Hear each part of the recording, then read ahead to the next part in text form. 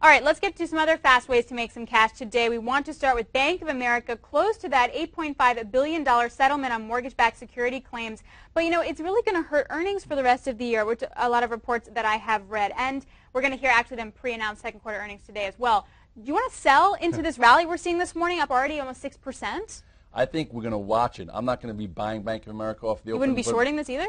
I wouldn't be shorting it. I think it's too low. I just think that if you're an investor, say, thank God it actually had an uptick. Maybe sell some in-the-money calls and take the premium because it has to prove itself. Bank of America is going to have a big level to get through right here. Again, lower level pivot, moving averages in front of it. 1150 is the first resistance, and then maybe 1250. So hopefully this adds a little bit of a foundation to some of these banks so we can get a more powerful move and then move away from the 200-day in the S&P. So this will be interesting to watch. All right, let's go to Win, above some key resistance levels. Yet, is it enough juice to actually get you interested in the stock again? Yeah, we talked about it from the lower pivot for cash flow. I still think it has some room to 137 to 139. That's where I would sell it. And Apple trading around that 335 level. Talk to me. Give me your Apple trade. Apple, I'm long coming into today. I'm probably going to sell it into this up open, and I might look for a cute short into that 338 to 340 area because it just had a big move. And what about Lulu, up about 4% on Tuesday, kind of on Nike's solid quarter, setting record highs here. I mean, what's the trading strategy here? Lulu's at new highs. It's extended. If you own it, congratulations. If you're anything more than a tier 1, I would sell some because it is extended. And if you're looking just to day trade it,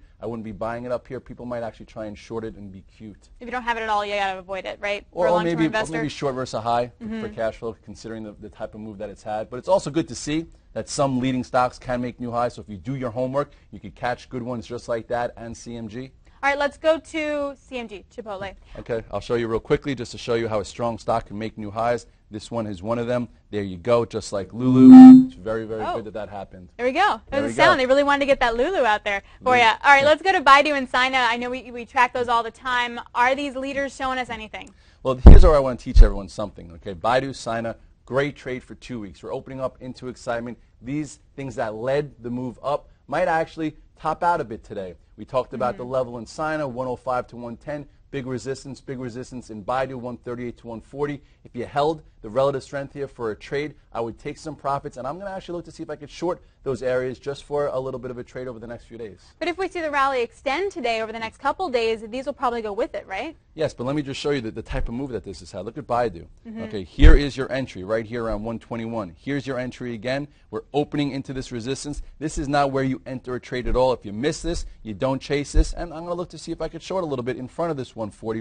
And I do see some laggard plays trying to catch up in this Chinese group because there's been less writings about it from institutions out there or whatnot, so they're starting to lift. You saw that in Yoku yesterday, explosive. I think Dang could play some catch-up. I wanted to show you real quickly this chart pattern. It does look if it can get above 12, you get a move to 14. Other little ones too, like this little Bourne. Look at these little tight patterns just for cash flow.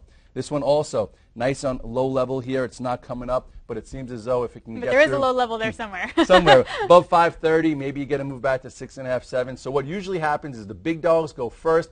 They get extended. Traders then start to look for some of the catch-up plays because they need to find opportunity. But make sure when that music's done playing, you're not sitting in the chair and you're left blank. And that's for traders, not for investors. So keep that in mind, too.